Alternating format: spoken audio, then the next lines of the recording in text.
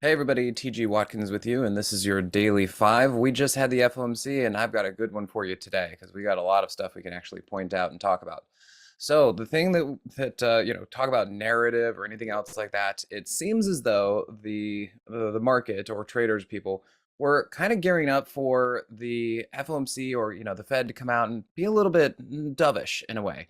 You guys remember that they had that Wall Street Journal article that was leaked. I want to say it was right about here. It was like 2 Fridays ago, where they were just kind of saying, "Hey, we're going to thinking about trying to start to reduce how quickly we're raising interest rates, all that kind of stuff," and that got the market jacked.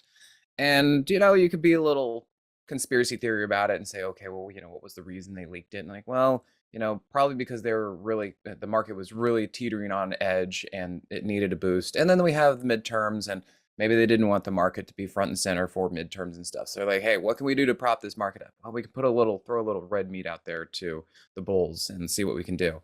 And that it worked. It helped. It made us traders act as the plunge protection team. So the market went up for a few days. For a week actually, or week and a half. But then we had the FOMC, and people were probably hanging on that news, thinking that, oh, Jerome Powell and whatever is going to come out. And yes, we're expecting the 75 basis rate hike, but after that, he's going to say, well, we do have plans to kind of start to, taper our interest rates and all that kind of stuff. And that was not what happened. So they were still very hawkish. He didn't give anything. I mean, it was very, very different from what that Wall Street Journal article was saying or implying. So the market seems to have reacted in such a manner, which we can see basically yesterday and today straight down.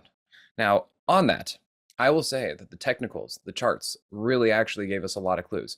Some of the other indexes, weren't very easy. The SPY wasn't looking overbought or anything else like that. The Nasdaq was still pretty weak. So you're like, well, is it really going to go down because they're not exactly overbought? The clue was the Dow. The Dow, for whatever reason, and maybe it's interest rate based or whatever, the Dow had its time in the sun just shining like this and rocketed up. But what you can see is on the daily chart here, compared to the daily chart in August, they look almost exactly the same. And what I mean by that is both of those situations were extremely overbought. You could see the price was just way off its moving averages. It was up outside the daily 200. It was outside the third ATR. It's the same condition, and both those things were overbought. And so I figured, and what I had been talking to my Moxie subscribers about all week was like, hey, we anything can go for the FOMC, but according to my charts and what I'm seeing here, I don't know how the Dow can keep going higher. And if it can't go higher, then that means the rest of the indexes are not going to go higher either, because the Dow needs to pull back.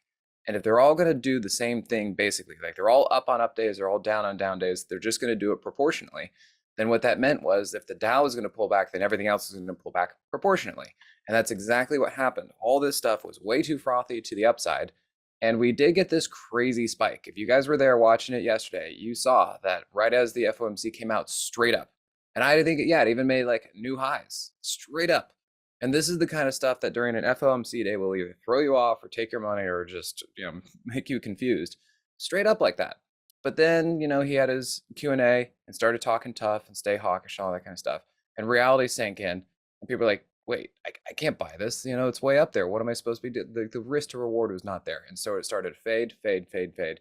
And it was down on the lows of the day. And then we get a little bit more follow through today. So that's kind of how that all panned out. And I wanted to show you guys that through the lens of the Moxie indicator and how I show this and how I convey all this to my subscribers.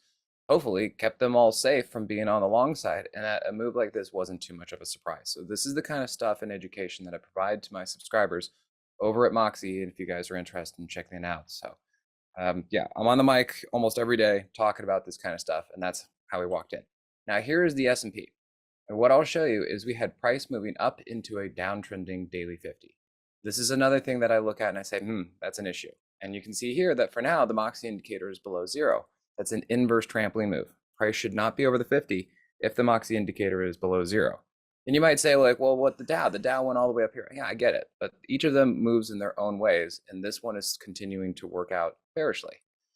Now, the next thing I was talking to my subscribers about is I said, I think we should target the SPY to come down here underneath the hourly 50 and probably to about the hourly 200. Now, I had to capture this morning. It did go a little bit further, but my understanding, I'm looking at it now, it is back up here. So I have a feeling today is probably going to close above the hourly 200, and that makes sense. That's what I was looking for. And so from there, I think this was it. I think we had our short move. And from there, I would imagine we're probably going to, drift up a little bit. After that, it's going to get a little bit confusing, probably choppy, but I think the hourly 200 is probably going to be where things hold. Now, leading up into the FOMC, notice we had the 15-minute 50 in a downtrend. Again, follow the moving averages. What was the Moxie indicator doing? It was very tight, very red, straight down, and that was confirming downside moves. That's why when we had that crazy FOMC move that went straight up, it was just a flash in the pan. If anything, if this was going to remain bullish, we had to see it confirm. And it didn't have any time to confirm. I mean, the 15-minute 50 was still in a downtrend. The Moxie indicator was still way below zero. There was nothing here that said this thing was going to last. And we could watch it, have price move up like this, and then we would have had to see it actually hold and go up like this. And honestly, the Moxie indicator was what was leading me, telling me like, look, this thing's not going to work. Price should not be over the 50 if the Moxie indicator is that far below zero. So the tool, which you guys can get, the Moxie indicator on StockCharts, as you can see here. So if you guys are interested, get the tool, come over to the Moxie trading room, and then you guys can start learning how I see all this kind of stuff. And then the other thing I like to work with is the UVXY. And the UVXY is the leverage ETF of the VIX. Both this and the VIX are very challenging to work with. They've been a little screwy lately, but sometimes when there are things that are very obvious and very clear, you need to really kind of take that in. And what I was seeing with the UVXY that was very obvious to me was how far price had moved away, dropped away from its moving average. It was stretched. This basically looked like the Dow upside down. It was extremely oversold, very far away from its moving averages. It was even sitting on its third ATR, which is another thing that price tends to, you see here, tends to reverse at.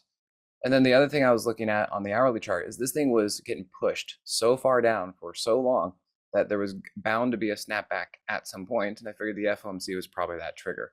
And you can see here there was a giant gap between price and the hourly 50, and it was likely that price was going to at least come back to that moving average and that moving average. And again, I had to take this first thing in the morning, but it went right there to the third ATR and the hourly 50, and it went right there to the daily 8 and pulled back.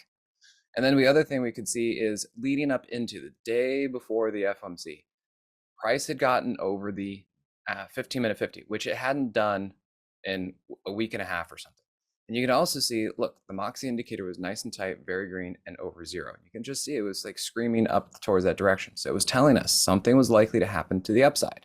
Now, again, FOMC, crazy, all that kind of stuff. We did have a big move to the downside, which corresponded with the market up. But the Moxie indicator staying above zero like this was the thing that was telling you it was unlikely to stay down, probably more likely to move to the upside. And sure enough, it did. It followed through yesterday, and then we have more today. And then you know what? Hit those targets and then pulled back. So same thing. And then if we come over here, GDX, a lot of people had been asking me about GDX leading up to this week and everything. And I said, GDX, the dollar, TNX, TLT, all that kind of stuff is going to be extremely all of it is going to be based on the FOMC and what they do about interest rates and guidance and all that kind of stuff. I said I would not try to take a bet on this before FOMC because we just don't know. Yes, I see some potential for the long side for GDX. Yeah, I can see this, and yeah, it's kind of setting up. And yes, we had the 8 over the 21, and yes, we had price over the 50, and yes, we had the Moxie indicator over zero, all that kind of stuff.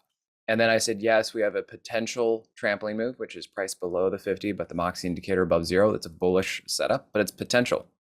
I said I would not take this before the FOMC because it's going to be 100% based on whatever happens on the FOMC. And we could see that just like the market, it shot up for, I don't know, what was it, 30, 40, 50 minutes, something like that, an hour. It shot up like that, but then it rolled over just like the market. There were no actual signs or confirmation of an up move. This opportunity when price got over the 15-minute 50, the Moxie indicator was not looking good. One was above zero, one was below zero. There wasn't a good setup. And then you could see price could not hold the moving average. It didn't follow anything.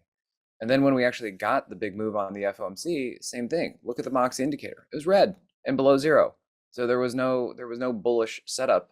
And even at that, you could see that price did not actually stay over the 15-minute 50. So again, there was no guidance or anything on this one. Didn't work. And so that's why I said, I see potential, didn't follow through. And then here is another quick little something that I had a subscriber ask me about. They're like, hey, should I go long on this? I said, absolutely not. We have price. It's PSTG. It's up here at the daily third ATR. That's kind of an outer boundary. We have price really far off of the 8 EMA. Again, overbought. How about this giant gap between price and the hourly 50? I said, it's at risk of pulling back.